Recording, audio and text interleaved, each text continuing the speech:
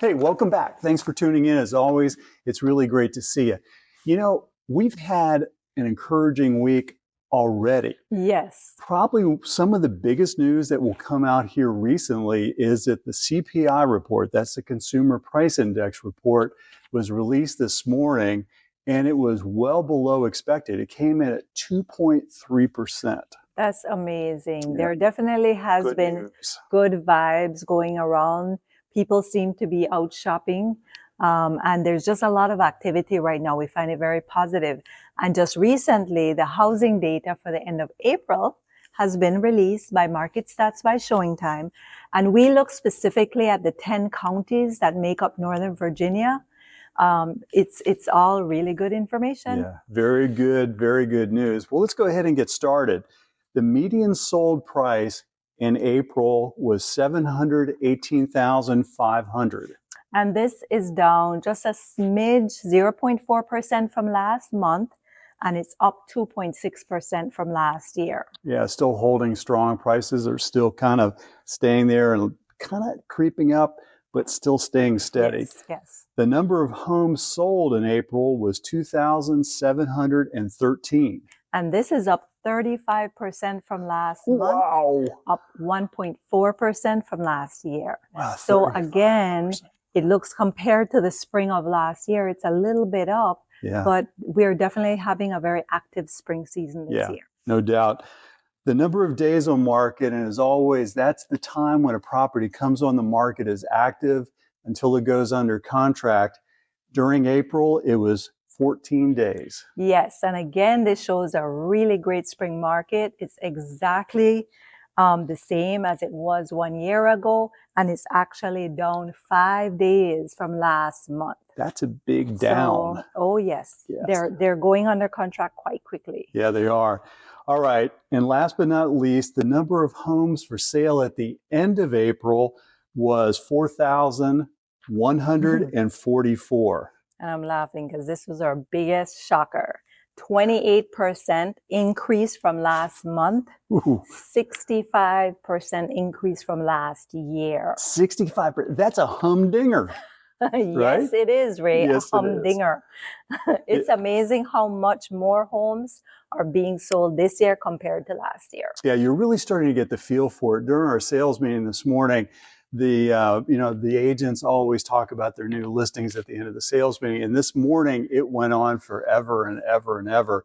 And you and I have been watching this increase in inventory, I think, firsthand. As you start to look at our daily updates to the MLS, you start to listen to the conversations, the number of listings that we're working on, the number of listings that our fellow agents are working on. It's unbelievable. 65% just since last year. We're really in that trend where things are improving. I think people are getting kind of that itch to make some changes. Their situations have changed. So compared to last year, you're starting to see signs in many of the neighborhoods. And it's really a very encouraging signal. Yes, I think for the most part, sellers and buyers are tired of waiting. Yeah. They had plans for the future. They put it on hold long enough. And I think it's starting to wear on them now. And they just don't want to wait anymore. Yeah. They just don't want to wait anymore. And we were talking just about before we made the video with regard to interest rates, and what impact this CPI number will have on those. And that's kind of a waiting game. We talked about that in the last couple of weeks with regard to some of the national economic policies that are going into place. But this CPI report this morning, the 2.3 number, I think was extremely encouraging. It's headed down to that magic 2%, of course, that the Fed Chair Jerome Powell is trying to target us on before they really start to bring the federal funds rate down. Mm-hmm. But it's very encouraging. I mean, certainly we've reported that you've got some, numbers with regard to the employment numbers are kind of starting to go up. Unemployment was quoted at 4.2. Mm-hmm. So between the drop in inflation and the increase in the unemployment rate, we may see a change sooner than expected. The next announcement, I think, is in June, as I remember. Yes. So that may be a number that could possibly change interest rates. Yes, for sure. He said at the last meeting that at that time, he felt keeping it said it was the best thing to Yeah. do, considering that he really didn't know. No one really knows how all of this with the tariffs is going to play out in No the doubt. long term and how it's going to affect the US economy. And I think the same thing holds true for the mortgage interest rates. They're holding steady anywhere between 6.5. I looked at it just now, it was at 7.09%. Mm.